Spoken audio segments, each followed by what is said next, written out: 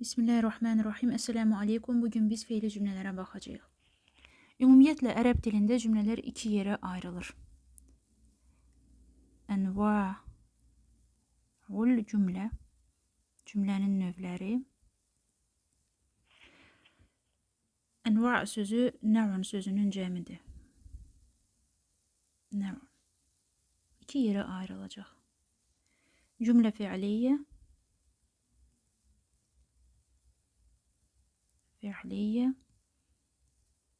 və cümlə ismiyyə.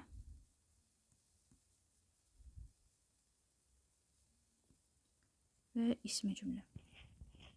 İsmi cümlə haqqında qısa məlumat vermişdik bundan əvvəlki dərslərdə. Demişdik ki, mübtədə və xəbərdən ibarətdir və isimlə başlayan cümlələrə biz ismi cümlə deyirik. Feili cümlələrdə də yenə də ismi cümlədə olduğu kimi eyni qaydada feillə başlayan cümlələrə feili cümlə deyirik. Yəni ərəb dilinin qrammatikasında qayda budur. El-cümlətul fiiliyyə hiyəlləti təbdəu bi fiil. Yəni burada deyəcəyik ki, təbdəu bi fiil və burada deyəcəyik təbdəu bi isim. Yəni ki, isimlə başlayır. El-cümlətul fiiliyyə təbdəu bi fiil. Və feili cümlələrdən nə var? Feili cümlədə fail var, feil var, məfulun bihi var. Yəni məfulların da müxtəlif növləri olur. Yəni hərəkət var, hərəkəti edən var və o hərəkətin baş verdiyi ya məkandır, ya hərəkətin baş verdiyi hər hansı bir obyektdir. Bu obyekt aqil ola bilər, qeyri-aqil, canlı, cansız və s. Bunlar artıq detallardır. Ümumi skeletə baxsaq, cümlədə söz sırası belə olacaq. Fi'lun, fa'ilun, bir də məf'ulun bihi. Cümlə yazaq. Məsələn, deyək ki, darabə Əhməd Muhammədən. Əhməd Məhəmmədi vurdu. Darabə fiildir, Əhməd fa'ildir, məful bihi isə burada Məhəmməddir. Görürsünüz, mənsub vəziyyətdədir, çünki məful bihlər mənsub olur, nasb olur. Biz bunu Azərbaycan dilində deyə bilərik yönlük və təsirlik hal.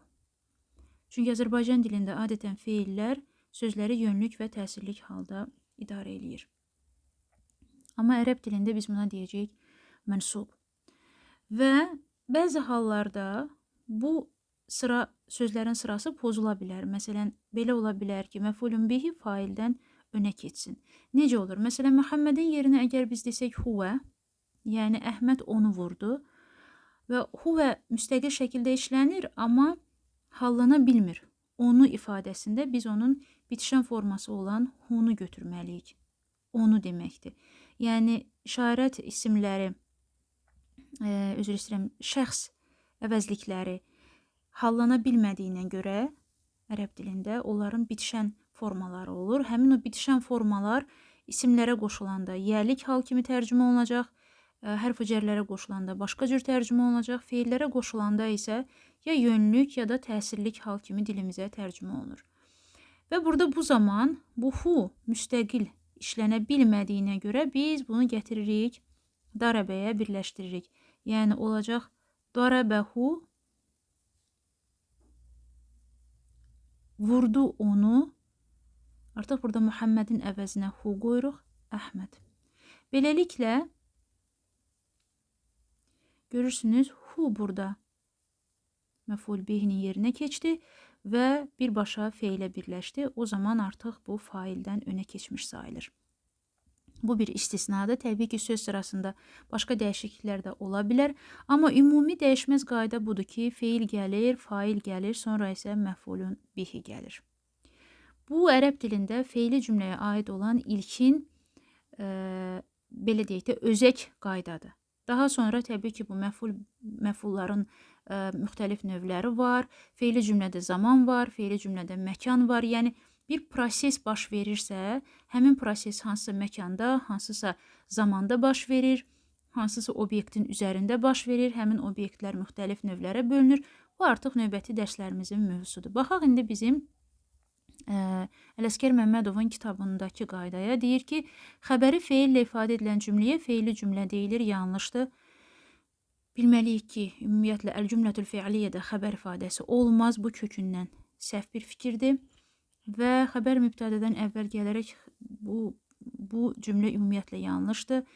Feili xəbər mübtədə vasitəsiz və ya vasitəli tamamlıq və zərflik bu Azərbaycan dilindəki xəbəri feillə ifadə olunmuş cümlələr ki var, oradakı söz sırasıdır. Bura o tətbiq olunub hansı əsasla bilmirəm. Və burada başqa bir şeylər də var. Baxın, burada deyir ki, mübtədası insanları bildirən feili cümlədə xəbərin cinsə görə uzlaşmasında. Burada demək ki, feillə failin cins və kəmiyyət kateqoriyasında uzlaşmasını nəzərdə tutur. Bunu bilməliyik ki, biz əgər feili cümlədən danışırıqsa, feil təkdə olacaq. Yəni, burada kəmiyyətə görə uzlaşma olmayacaq. Məsələn, deyirəm, tələbələr məktəbə getdi. Deyirəm, dəhəbə tulləb deyəcəm. Dəhəbə tulləbu, belə yazaq. Dəhəbə tulləbu iləl mədrəsə. Gördüyümüz kimi tulləb cəmdədir, dəhəbə isə müfrətdir. Təkdir, çünki dəhəbənin içərisində müstatir damir var, amma burada o açıq aşkar olan fail yoxdur. Amma biz dəhəbu desək, buradakı vavul cəmaa var, bu cəm vavı var. Fail hesab olunur burada, onlar mənasını verəcək. Və bundan sonra dəhəbu, ət-tulləbu niyə deyə bilmirik? Çünki feili cümlədə iki fail yanaşı gəlməz. Amma bu cümləni ismi cümləyə çevirsək, desək ki, ət-tulləbu, onda deməliyik dəhəbu. Niyə? Çünki burada artıq ismi cümlədir.